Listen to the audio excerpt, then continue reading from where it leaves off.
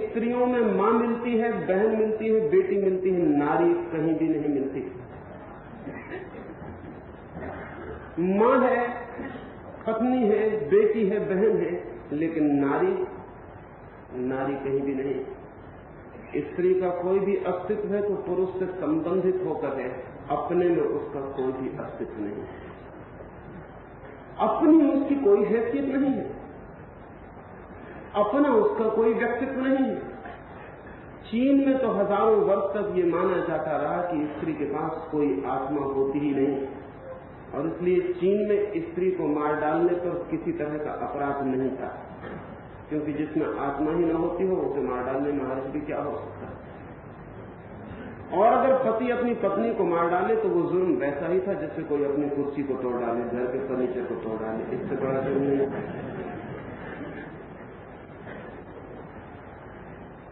हिंदुस्तान में भी स्त्री को हम संपत्ति मानते रहे हैं। नारी संपत्ति, स्त्री संपत्ति शब्द का हम प्रयोग करते हैं। कन्या का दान कर देते हैं जैसे कि कोई वस्तु किसी को दान में दी जा रही हो।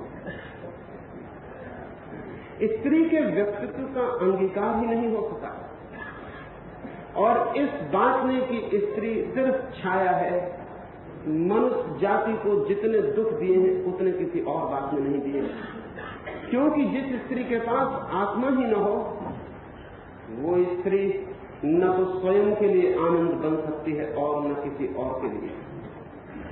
जिसकी आत्मा ही खो गई हो वो एक दुख का ढेर होगी, और उसके व्यक्तित्व के चारों तरफ दुख की किरणें ही फैलती रहेंगी, दुख का अंधेरा ही फैलता रहेगा। परिवार एक आनंद का फूल नहीं बन पाया, क्योंकि जिसकी आत्मा के खिलने से वो आनंद बन सकता था उसके पास आत्मा ही नहीं। परिवार एक संस्था है मृत और मरी हुई, क्योंकि नारी है केंद्र और नारी के पास कोई व्यक्तित्व नहीं। मनुष्य जाति बहुत से दुर्भाग्यों में से गुजरती रही है, उसमें सबसे बड़ा दुर्भाग्य, बड़े से बड़ा दुर्भाग्य नारी की स्थिति है। किसने ये स्थिति नारी की बना दी है? कौन है जिम्मेवार? इस संबंध में खोजबीन करने से बहुत अजीब नतीजे हाथ में आते हैं। संतों से पूछिए, महात्माओं से पूछिए, वो कहेंगे नारी, ढोल गंवार शूद्र पशु नारी, उनमें वो गिनती करते हैं। नरक का द्वार है नारी, ऐसा संत और महात्मा कहते हैं। जिस देश में संतों महात्माओं का जितना ज्यादा प्रभाव है उस देश में नारी उतनी ही ज्यादा अपमानित है। धर्म ने नारी की ये स्थिति की है जिस धर्म से हम परिचित हैं। और बड़ा चमत्कार यह है कि जिस धर्म ने नारी की ये स्थिति की है उस धर्म को टिकाने में सिवाय नारी के अब और कोई भी जिम्मेवार नहीं रह गया।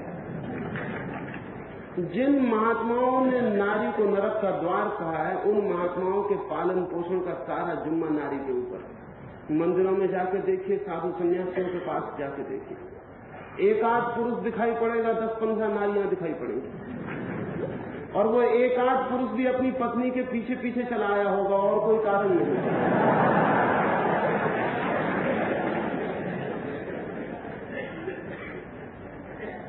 संत कहते हैं कि नारी नरक का द्वार है। अभी मैं बम्बई था,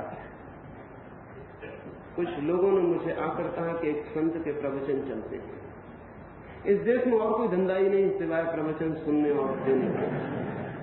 हजारों साल से हम एक ही धंधा कर रहे हैं, और अब हम धीरे धीरे ये भूल ही गए हैं कि और भी कोई काम किसी कौम के हाथ में हो सकता है। लाखों लोग उनको सुनने चाहते हैं। जिनने मुझे आकर खबर दी उन्होंने कहा कि आज एक बहुत अद्भुत घटना घट गई, जहां थोड़े से 20,000 लोग थे, आज 50,000 लोग सुनने गए। मैंने कहा क्या हुआ? उन्होंने कहा एक स्त्री ने उन संत के पैर छू लिए और संत ने 7 दिन का उपवास किया है आत्मशुद्धि के लिए, इसलिए संख्या बहुत बढ़ गई है।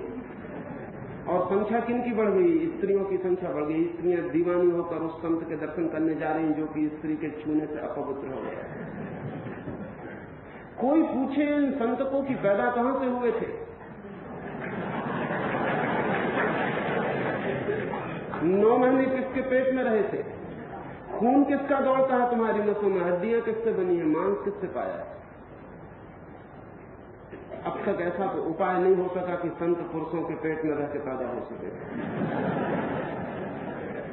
लेकिन जिस स्त्री से मांस मज्जा बनती है, हड्डी बनती है, जिसके खून से जीवन चलता है, 9 महीने तक जिसके शरीर का हिस्सा होकर आदमी रहता है, उसी स्त्री के छूने से वो अपवित्र हो जाता है। और स्त्री के अतिरिक्त तुम्हारे पास है क्या तुम्हारे शरीर में जो अपवित्र हो गए? और स्त्रियां ही भीड़ लगा के पूजा करेंगी कि संत बहुत बड़ा संत है, स्त्री के छूने से अपवित्र हो जाता है। मूढ़ता की भी कोई सीमा होती है? जहालत की भी कोई हद होती है? किसने स्त्री को अपमानित किया है और उसके व्यक्तित्व से आत्मा छीन ली? उन लोगों ने स्त्री को अपमानित किया है और उसकी आत्मा का हनन किया है जो लोग इस जीवन, इस जगत, इस धरती के विरोध में है। और उनके विरोध में एक संगति है। जो लोग भी मानते हैं कि असली जीवन मरने के बाद शुरू होता है, जो लोग मानते हैं कि असली जीवन मोक्ष में शुरू होता है, स्वर्ग में शुरू होता है, जो लोग भी मानते हैं ये पृथ्वी पापपूर्ण है, ये जीवन असार है, जो लोग भी मानते हैं ये जीवन निंदित है, कंडेम्ड है, ये जीवन जीने के योग्य नहीं है, ऐसे सारे लोग नारी को गाली देंगे। क्योंकि इस जीवन को जो निंदित करते हैं वो नारी को भी निंदित करेंगे, क्योंकि ये जीवन नारी से ही निकलता और विकसित होता और प्रवाहित होता है। इस जीवन का द्वार नारी है और इसलिए नारी नरक का द्वार है, क्योंकि इस जीवन को कुछ लोग नरक मानते हैं। जिन लोगों ने इस जीवन की निंदा की है उन लोगों ने स्त्री को भी अपमानित किया है। दुनिया में मुश्किल से कोई धर्म होगा जिसने स्त्री को कोई भी इज्जत दी हो। आपने मस्जिद में कभी स्त्री को जाते देखा है? स्त्री मस्जिद में नहीं जा सकती। स्त्री मस्जिद में नहीं जा सकती। स्त्री मस्जिद में नहीं जा सकती, स्वर्ग में कैसे जा सकेगी?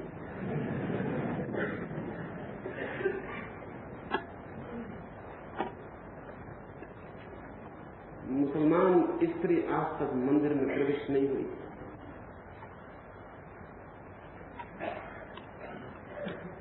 जैनों के हिसाब से कोई स्त्री मोक्ष की अधिकारिणी नहीं है। पहले उसे पुरुष की तरह जन्म लेना पड़ेगा, फिर मोक्ष मिलता है।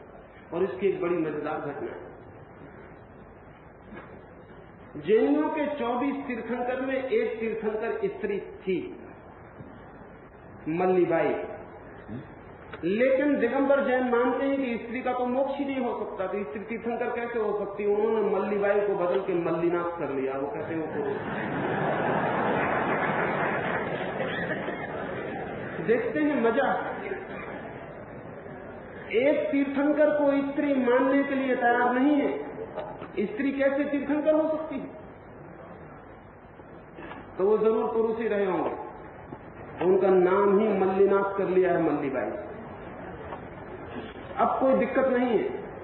अब मल्लीनाथ जा सकते हैं मोक्ष में, मल्लीबाई नहीं जा सकती। नाम बदल लेने से काम हो गया। 1950 के करीब वहां हिमालय की तराई में नील गाय नाम का जो जानवर होता है उसने खेतों को बहुत नुकसान पहुंचाया।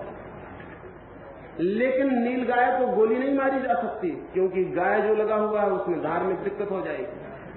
तो दिल्ली की संसद ने एक प्रस्ताव पास किया कि पहले नील गाय का नाम नील घोड़ी कर दो, फिर गोली मारी जा सकती। नील गाय का नाम नील घोड़ा कर दिया गया और फिर उसे धुआंधार गोली मारी गई। और हिंदुस्तान में किसी ने ऐतराज नहीं किया, क्योंकि नील घोड़े को मारने में क्या दिक्कत है? वो नील गाय को मारने में दिक्कत थी। लेबल बदल के भी काम चला लिए जाते। बेचारे मल्लीबाई का लेबल बदल के मल्लीनाथ कर दिया। स्त्री की ये हैसियत उन लोगों ने विकृत की है जिन लोगों ने इस जीवन की हैसियत को विकृत किया है। ये तथ्य समझ लेना जरूरी है, तो ही नारी के जीवन में आने वाले भविष्य में कोई क्रांति हो सकती है और नारी को आत्मा मिल सकती है। जब तक पृथ्वी का जीवन भी स्वीकार योग्य नहीं बनता, जब तक ये जीवन भी अहोभाग्य नहीं बनता, जब तक इस जीवन को भी आनंद और इस जीवन को भी परमात्मा का प्रसाद मानने की क्षमता पैदा नहीं होती, तब तक नारी की आत्मा को वापस लौटाना मुश्किल है। जब तक परलोक महत्वपूर्ण रहेगा, नारी अपमानित रहेगी। जब तक परलोक श्रेष्ठ रहेगा, तब तक नारी श्रेष्ठ नहीं हो सकती। परलोकवाद में और नारी के व्यक्तित्व में बुनियादी संघर्ष चल रहा है, और इसलिए परलोकवादी जो संत साधु महात्मा हैं, वो नारी के जन्मजात दुश्मन। उनको लगता है कि नारी ही मनुष्य को उलझाती है, जन्म देती है, प्रेम में डालती है, वासना में बांधती है, और ये सारा का सारा जीवन का जो उपक्रम है नारी चलाती, नारी केंद्र। ये बात थोड़ी दूर तक सच है कि जीवन के केंद्र पर नारी है, लेकिन ये बात गलत है कि जीवन असार है। ये बात गलत है कि जीवन त्याज्य है। ये बात गलत है कि इस जीवन को लात मारने से कोई बड़ा जीवन उपलब्ध होता है। बड़ा जीवन उपलब्ध होता है इसी जीवन को ठीक से जीने से। बड़ा जीवन उपलब्ध होता है इसी जीवन की सम्यक अनुभूति से। बड़ा जीवन उपलब्ध होता है इसी जीवन को सीढ़ी बनाने से। लेकिन अब तक दुनिया का कोई धर्म जीवन को अंगीकार नहीं कर पाया। दुनिया के सारे धर्म लाइफ नेगेटिव है, वो जीवन का निषेध करते हैं, लाइफ अफर्मेटिव नहीं है। और जब तक पृथ्वी पर लाइफ अफर्मेशन का, जीवन स्वीकार का धर्म पैदा नहीं होता, तब तक नारी को आत्मा नहीं मिल सकती। जीवन का जब तक निषेध चलेगा, नारी सम्मानित नहीं हो सकती।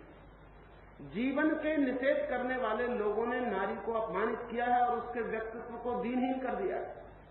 इसलिए पहली क्रांति नारी को करनी है तथाकथित धार्मिक लोगों, धर्मगुरुओं, धर्मों के खिलाफ। पहली क्रांति धर्मों के खिलाफ, और वो इस आधार पर कि इस जीवन की स्वीकृति होनी चाहिए, इस जीवन की धन्यता होनी चाहिए, इस जीवन का आनंद होना चाहिए, इस जीवन की दुश्मनी नहीं, शत्रुता नहीं। लेकिन इस जीवन की धन्यता को स्वीकार करने के लिए हमें जीवन की सारी वैल्यू, सारे सिद्धांत, सारे आधार बदल देने होंगे। क्योंकि अब तक हम मानते हैं जो जीवन को छोड़ देता है वो आदमी श्रेष्ठ है, जो आदमी जीता है वो आदमी नहीं। और जीवन को छोड़ने का मतलब क्या होता है? सन्यासी जो भागते हैं, कहते हैं घर छोड़कर आ गए हैं, अगर उनके घर में बहुत गौर करो तो घर का मतलब होगा स्त्री। घर का मतलब वैसे स्त्री ही होता है। वो स्त्री को छोड़कर भागने वाला सन्यासी इतना आदृत हुआ है। वो क्यों आदृत हुआ है? स्त्री को छोड़ते ही लगता है एक आदमी जीवन का विरोधी हो गया। लेकिन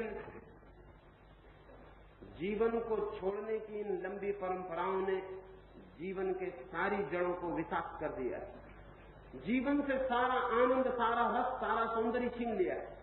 जीवन को एक उदासी और एक दुख की कालिमा दे दी। जीवन से सारी मुस्कुराहट छीन दी। धर्म एक नृत्य करता हुआ धर्म नहीं रह गया। धर्म एक गीत गाता हुआ धर्म नहीं रह गया। धर्म उदास, चेहरे लटके हुए लोगों का, भागे हुए लोगों का एक लंबी कतार हो गई। ये सारी की सारी कतार स्त्री के विरोध में है। इस देश में चूंकि जीवन विरोधी चिंतकों का बहुत प्रभाव रहा है, और जीवन के विरोध में कुछ लोग क्यों हो जाते हैं? आपने सुनी होगी ईसप की एक छोटी सी कहानी। एक लोमड़ी एक बगीचे से गुजरती है, अंगूरों के झुक्के लगे हैं, वो छलांग लगाती है उन झुक्कों को पाने के लिए, लेकिन झुक्के दूर हैं और हाथ उसके नहीं पहुंच पाते। बहुत कोशिश करती है, कभी चारों तरफ देखती है कि कुछ खरगोश एक झाड़ी में से झांक कर देख रहे हैं, फिर वो खड़ी हो जाती है और शान से रास्ते पर वापस लौटने लगती। वो खरगोश उससे पूछते हैं, देवी अंगूर कैसे थे? वो देवी कहती है, अंगूर खट्टे थे, खाने योग्य नहीं थे, इसलिए मैंने छोड़ दिए। लोमड़ी ये नहीं कहती कि अंगूर पाए नहीं जा सके। लोमड़ी ये नहीं कहती मेरी छलांग छोटी। लोमड़ी ये नहीं कहती कि अंगूर मुझे मिल ही नहीं सके, चखने का सवाल नहीं उठा। लेकिन अहंकार भीतर का कहता है कि नहीं, अंगूर तो मैं पा लेती, लेकिन वे खट्टे थे इसलिए छोड़ दिए। जो लोग जीवन के रस को उपलब्ध नहीं कर पाते, वे बजाय ये कहने की कि हमें जीवन जीने की कला नहीं आती, यही कहना पसंद करते हैं कि जीवन असार है, जीवन खट्टा है, जीवन पाने योग्य नहीं।